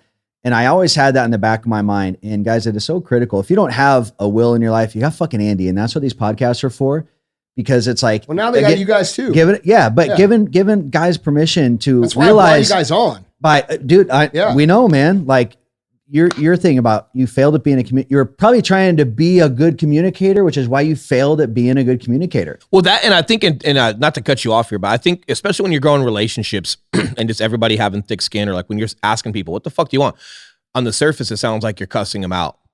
If we get more to intention with people, if we just stop being so strict on ourselves, or being so critical and strict on others for like a delivery, and getting to the intention of like, where's something coming from? Like, is it coming from a good place? Dude, that's a great point. Versus, well, you ever argue with someone and like you say the F word and like the whole argument's about the fact that you cuss now? Well, you're cussing at me It's now. not about the actual problem that happened. It's like, hey, here we go. Versus like, hey, it's coming from a good place. And my intention is to be productive and to fix something. Or, hey, what the fuck do you want? And that's actually love. Hey, I'm busy. For me, it Hey, is. you just tell me right now Yeah. what you want, because I'm going to give it to you. But what the fuck do you want? Give it to me and stop giving me the fucking dog and pony show. It's so much about intention with relationships, not the yeah. superficial delivery that people are sometimes subjectively good or not good at. If we could you know? stop and just think for one fucking second and understand context and intention, all this shit that we see on social media would fucking stop too. But see, dude, that's a great fucking point. You must have listened to my episode on intentional versus transactional. I've been stalking you for a I'm long just time. saying. I stalked your brother just so I could meet your pretty face. Hey, listen, he was in my private DMs, locked and loaded. But I want to talk to Eli's point about being scared. You know that same feeling you have before you get in a fight, where you get like the butterflies and nervousness, and it draws a lot of guys out to get into it, right? That's the same threshold that goes through when you start telling the truth. Like when you got it like those, it's only the first couple times. It's like the water's fucking cold. I felt that. Yeah. It's going to be fucking cold no matter whether you jump in, toe in, fucking elbow in, it's cold. But that scary feeling, like when you get through it, the water's nice. You know what I mean? Like I don't get that like, dude, I don't give a fuck who walks in my office. Ask me a question. I'm going to give you, like, if you're asking, you want my advice or you're asking for my opinion or you want an answer, I'm going to give it to you. I don't get nervous anymore. Like, here it is. Like, fuck. Such a great point. You know what it's else? fucking blue, bitch. Like, I don't know. It's not light blue. It's not kind of blue. It's blue fucking pen. And something that comes, I think, right after that, and I'd love to hear your guys' opinion on it. And something that Eli and I have had that I've had prior that I think I'm Eli's first on this, productive confrontation. just because we disagree and I don't like what you have to say, or I'm just not quite on board with what you have to say, and let's debate. Let's have some of that productive friction, productive confrontation, because there is a lot of solution. There is a lot of You mean as opposed to just say, hey, fuck you. But you know what? Yeah, I know. Like, dude, you can't even have a conversation on the internet at all anymore because there's none of that. Yeah. It's not like, hey, dude, you know what? I like what most of what you said, but at this point, I don't know if I agree with that. Oh, well, then you're a piece of shit. Yeah. Well, then fuck you, motherfucker. Die. Yeah. I hope you fucking die. I hope your cat can't eat. Yeah. What the fuck is? I don't even have a but cat. Even when you get into it, like if anyone's listening that's in business or you have a business partner, like understand, like Kim and I are very similar in a lot of ways that you don't see on the surface. We're very different, I guess on the surface, but there's a lot of core values that him and I share. But one of the things that we had, especially when you're not only learning each other, but growing a company, it was the confrontation, but it was productive. It wasn't insulting. It was like, man, if I'm not picking up what you're putting down, I'm going to say so. And it doesn't mean that I'm going to always disagree with you. It means I just need more for you to articulate, to explain so it makes sense. And here's the deal. If you can't articulate and explain more, maybe you haven't quite thought out your thought. And then maybe it's good that I brought it up and let's think about it. Let's get through it. And I'm probably going to end up on your side. And then, hey, you're welcome that we got through that, because now it's solidified your own belief in your decision, or it brings you to, man, it sounds good. Man, I haven't thought this through. Let's recheck this maybe a week later. Like if you got a good idea for marketing and then I question it and you have nothing that backs the ideology behind why you want to do it, hey, maybe you should give that more thought before you bring it to the table, right? Big deal. And those things can be super productive when you're growing, and decisions fucking matter. And that's something that him and I have always done really well at, beyond him slamming my door and kind of being a bully sometimes, I think My poor door. I think you have to understand. We've lost a few doors. Yeah. Eli's a closet bully. No. Eli has done some shit. Well, I think it's important to understand too, though, in those situations, like you want to be right, but it's because you both want to win. Yeah. And it's not really you want to be right so that you win. It's that everybody wants to fucking win, but you want to be right because you just want to fucking win. And it's really hard when the ego clashes inside that realm, because dude, it's hard to know that your team is on the fucking 5-yard line and know, like, in your fucking heart that you can carry the ball across the fucking goal line. So does he. Yep. Right? It's like, I want the fucking rock. No, I want the fucking rock. No, I want the fucking rock. But it's got to be about the team first. And you got to learn to check that down. And I think that's where a lot of people, they misconstrue that. It's like, hey, bro, I don't give a fuck who scores the touchdown. Let's just score. I want to fucking win. Well, I want a Super Bowl ring. And I think, knowing your role and being able to identify where your strengths and weaknesses are and being able to check your ego, because that's tough, dude. Like, a lot of times you don't check your ego instantly. You know what I mean? You check your ego 12 hours later, 2 hours later, 2 days later, 10 days later, and that understanding comes with, and this is where a why will challenge that. You have to be able to communicate. Imagine that. We're back in this topic. You have to be able to communicate why you felt that way if it continues to frustrate you. And this can go back into a relationship setting. Like, dude, if you go home and something's bothering you, you can't just be pissed off at that person, right? Because that person's going throughout their daily actions and you haven't played your role in being able to communicate why you're pissed off. So for you to just be pissed off at him for no reason, that's selfish. It's stupid. Extremely. It's selfish because you're weak to have that conversation, that tough conversation. Whereas if you can explain that to them, and then maybe we end up on the same team, maybe you end up being wrong. Dude, I don't. You would be amazed at what you can accomplish when nobody's trying to take the credit. I was just thinking this. I don't give a fuck about being right. When Andrew, just so the listeners know, Andrew just went out to take a peek. That's what we talked about. Who scores? It doesn't matter as long as we win. I don't fucking care. As long as we win. You want to win. Super Bowls. I give zero fucks about if I'm right or not. Michael Jordan's got 6 rings. Nobody said, hey, how many points does Michael Jordan have in the finals game? Game 6. Nobody fucking cares. In fact, dude, I like when other people are smarter than me and they come up with the hard ideas. Yeah, I like that shit. The problem is when people aren't able to be honest with yourself, right? So that goal line situation. If you say you're gonna carry this rock across the goal line, you better fucking do it then, right? Now you understand my frustration with you, and now you understand my frustration with you when you got that Gucci Glock, dude. There's a reason it hangs. But here's what we talk about. Like like for example, like a lot of people are like, oh, like right now, I guarantee you, as I just said that, a lot of people are like, all you talked about all year is how right you were. Well, motherfucker, that's because I have been right. And you know what? If the more you go listen to my shit, the righter it gets. It's scary listening to old podcasts, bro. It is. It's real scary listening to old You mean podcasts. from this year? Yeah. Yeah. Yeah. You go way back when you first started talking about this. The you're more like, time that goes by, the righter it fucking gets. Yep. And you know what? I didn't tell you all that shit so I could flex my fucking I told you so muscle. I told you all this shit so you could prepare yourselves and get your fucking mind right. But instead, you stood around and you didn't do shit. And now here we are in an opportunity for these fucking pieces of shit to bankrupt our entire motherfucking country, and you and your family and the generations of your family that aren't even fucking ideas yet. Because you didn't fucking listen. You had your head up the Kardashians fucking show and Instagram and all these other distractions as opposed to caring about what's actually going on and labeling people conspiracy theorists that don't agree with what you think. Motherfucker, let me ask you something. If the fucking mainstream media, and I mean all of them, ABC, MSNBC, CNN, Fox News, fucking all of them, are all saying the same shit, okay? And you think that anything outside of that is a conspiracy theory, there's something wrong with your ability to fucking compute information. You're being programmed, okay?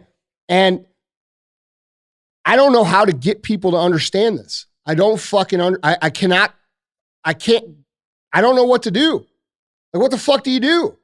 I'm sitting here trying to keep America and to wake people up from being fucking derailed for fucking good.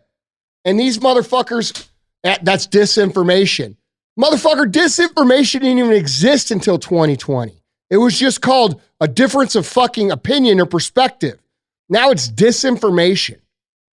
It's everything that doesn't go along with CNN, MSNBC, Fox, fucking Instagram, Facebook fact checkers. It's disinformation. Explain to me what disinformation is. You mean an alternative perspective to the one that you're fucking jamming down everybody's throats? You mean information that's fucking up your plan to completely fuck people over?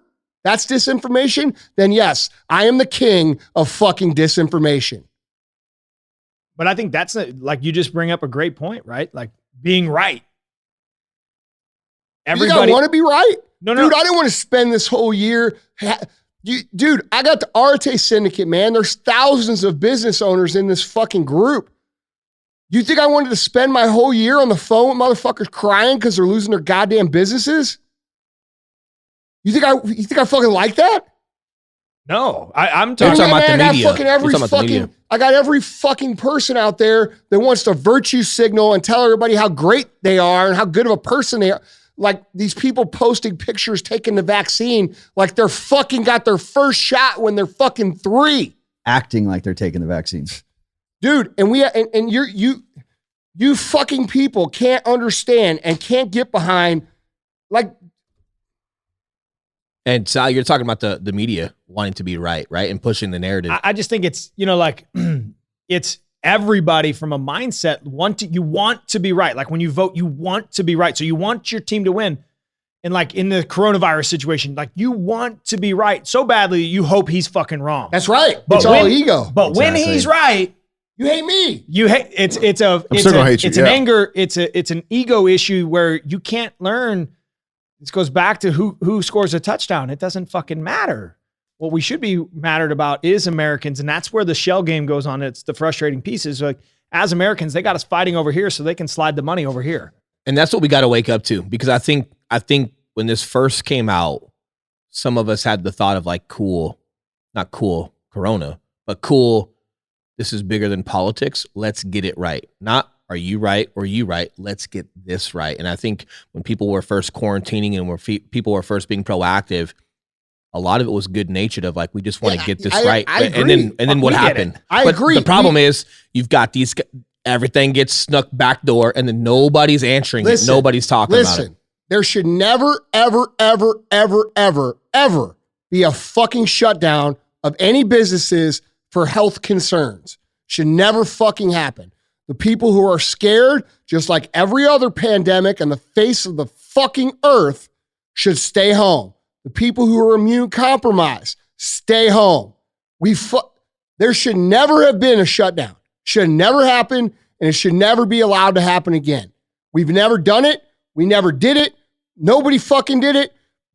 You know why? Because people had to fucking eat, and people had to survive, and people had to go harvest their fucking crops, and people had to go run their markets to feed people. And because now they don't have to do that, and they could just call fucking Amazon or whoever, now we have this fucking bullshit. Oh, you don't care about people? I'm sorry. You are a fucking moron. I care more about people than you could possibly comprehend. You are a virtue signaling fucking sheep that wants to take a picture and post it on Instagram with your fucking mask on so that you could pretend that you're a better person than your neighbor. That's the mentality that's destroying this country. And until we fucking stop giving praise to these fucking people and switch the narrative to, hey, fuck you, shut the fuck up, sit down, and we're going to run this country the way it should be run, we're going to continue to suffer the damage that's done by the lowest common denominator of society's intelligence level. And that's a fucking problem, and it should scare all of you. The days of, oh, look how good a person I am, blah, blah, blah, should be replaced with, look at this fucking idiot who's fucking up our entire world because their fucking little egos needs to be. Well, these are the people that they go on to the science wins. Okay, well, you're right. Science wins. Look at the data.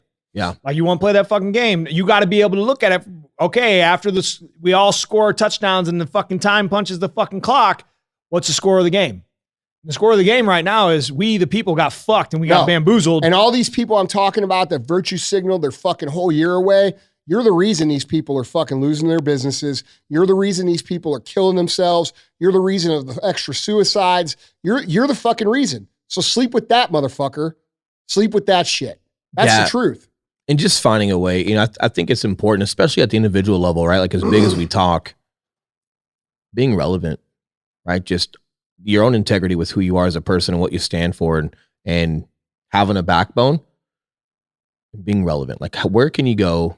What can you do every day to just have an impact and not be irrelevant when you don't think that things affect you in the short term? So you want to virtue signal, do some other things, and think that it's harmless, whatever it may be. Like, you're one domino in this entire stack. And the more that does, the more time that brings. But more importantly is you are relevant. And what are you doing with your actions? I think is super important. I think we all have to ask ourselves that on that individual level. It's tough to ask yourself those questions. You know what I mean? Because you got to be real. You got to be real honest with what stares back at you. And when you're not willing to stand for those things, and you're not willing to, it's not defying your neighbor. It's not, and unfortunately, like, we have as a society learned to be very tolerant. And I think, the toleration you have to learn to stop when it starts attacking your moral structure, your core values. And that's something that, when you talk about being uncomfortable, that's something for me, 2020 has challenged that because, listen, I get it. In the front side, to Will's point, like, we as a company, we did everything we could do. We took it like the fucking 10th degree operation. We were coming in, we were as full head on as we possibly fucking could from the standpoint of, like, and our obligation at that point was our dad. Making sure our dad stayed online and he was healthy and we could keep this thing, because, they scared the fuck out of us. But at some point in time, we got to, like, open up your fucking eyeballs and start to realize, like, when you gave benefit of doubt, intentions were good. You gave benefit of doubt. You backed what was being recommended. We all thought it was bigger than politics. But then at some point, when patterns show you, when the data or when patterns show you that it's no longer that's when we've got to start. Well, there's still people out there that say, look at the science. Yeah. Okay. Perfect. Let's do it. I love the But meme then I when you posted. show them the science, that's disinformation. Yeah. One of my favorite things. So what's on the CDC website? Yeah, I'm pulling That's up. disinformation? Yeah. Are they? Yeah. Well, So no, what counts as information? Oh, you're right. The only Agenda. only the information that goes along with what you previously already believe is not disinformation. That sounds real intelligent. You motherfuckers out there to think like this, that are struggling in your life in all areas, this is why. This is why. This is why. You do not understand the idea of confirmation bias. You do not understand that you don't know fucking shit. You don't understand what real data is. And even if you were presented with real data, you wouldn't be able to fucking read it. And your ignorance and your inability to learn the truth and learn facts because you're too busy playing Call of Duty is the reason that your fucking kids, their fucking kids, and their fucking kids will not have a future in America. More importantly, why we'll be speaking fucking Chinese. Or mooing like a cow. I mean, if you get the vaccine. Who knows? No, I mean, yeah, it's absurd. I think the numbers, I mean, that's a perfect thing. I love to have that argument with people all the fucking time because it's just like, all right, well, this is what the numbers say. So how about this? Oh, well, that didn't work. Like there's a meme going around. It's like a masked person versus anti-masked person, right? And they're talking about the flu numbers, right? Well, where the flu go? Although, well, there's no flu because everybody's staying home. Okay, well then, just no flu, huh? Just none. None. Zero. Gone. Well, the mask it protects against that. Oh, it does. Yeah, right. Seems legit. But we can't go to the restaurant. I'm confused here. And I think that therein lies another situation, whether it's ego or just plain stupidity. Like, let's start looking at this. Like, why are we not allowed to go to restaurants? You're allowed to go to Home Depot. You're allowed to fly in a plane. I'm going to tell you this, dude. I'm about to fucking just stop everything and move to fucking somewhere else, like in the country, and y'all never hear from me again. Like, that's how fucking sick of the fucking stupidity and the lack of critical thinking I am. I've tried as hard as I can all fucking year to try to get people to fucking wake the fuck up. And you know what I get? Why aren't you speaking up more? Why aren't you speaking up more? Like, dude, I'm fucking over it. Like, dude, I see what's happening. And a lot of you are going to be really fucking pissed off come January 20th. A whole lot of you. And it's all going to be because you couldn't fucking pay attention to what was actually going on. So in closing, because we're working here. So you've been around, Will, Eli, you guys have been around the podcast / our world for how long? When you think about today's podcast, you think about the podcast in general, what's the best lesson that you can leave with the audience? Eli, you can hit it. I mean, you seem to be pretty in tune. You've been listening. How long have you been listening to the podcast? Long time, man. What's long it? time. Define that. 4 years, probably. Yeah, not long after you guys started. And it started with MF CEO, and I've just, man, there was a point in my business career. I was a personal trainer for a long time to where a switch flipped in my head, and I learned how to learn, and I discovered podcasts and audiobooks and all that shit, and my life literally changed when I discovered all that. Your guys is one of the first ones that I came across, just being in the fitness world and personal training. And it gave me a voice, man. And it taught me to, hey, first of all, you can build who you are. Who you are right now doesn't have to be who you are, and listening to you, man, and how unapologetic, authentically you. And that's why you were as successful as you became. And it kind of gave me a voice. And that's when I said I conjured up Will, this alter ego of mine over here. I don't know if that's a good and it was like, and then seeing the similarities between you guys, and man, seeing him run a company and then seeing how your company runs here, the attention to detail. The biggest thing I took away from today is you go in the First Form gym, every logo is up, every pin on the weight stack goes back to the top. Once we're done with that, the attention to detail, even at the smallest scale, it's huge to me. In addition to that, everyone's coming up to us. Everyone's saying hi. We ain't shit, man, but people are making us feel like we're shit here. And that culture that you've bred, man, that comes. So when you lifted, did you put the shit back? DJ helped me. Because we do have a rule here. No, I told him about it. Yep. Yeah. Like, dude, if I have a guest here and they fucking can't see how we keep our shit and they fucking put it like they would put it at Planet Fitness, I never have them back. Yep. And it's my little litmus test. It went on my story, man. That literally of everything today, because I respect the hell out of gyms and I respect the hell out of other people's gyms. But seeing that little detail today, that's the most, of all the things you've built here, of everything at this facility, that's the thing that stood out to me the most. And it's just fucking cool, man. It's being who you are and being unapologetic about it. And more people need to be okay doing that. Yeah, I think it's everything matters all the time. Right. And things matter in that gym at an incremental level because they matter at a big level. You know, it comes all the way down to like when we showed up, you wanted that gym to look a certain way. So my experience as a new guy here, I'm able to absorb and have the same experience that others have had. That's actually not why it's like that. That's just how I'm taking it as a guest. Like that every motherfucking day. But I'm telling you why we do that way. We do it that way because every time you have a chance to correct something and make it perfect, you're building your attention to detail and your discipline muscle. And so it has nothing to do with what the guests think when they come in here. It has everything to do with how attentive my staff and our company is to the attention to detail of everything that we do.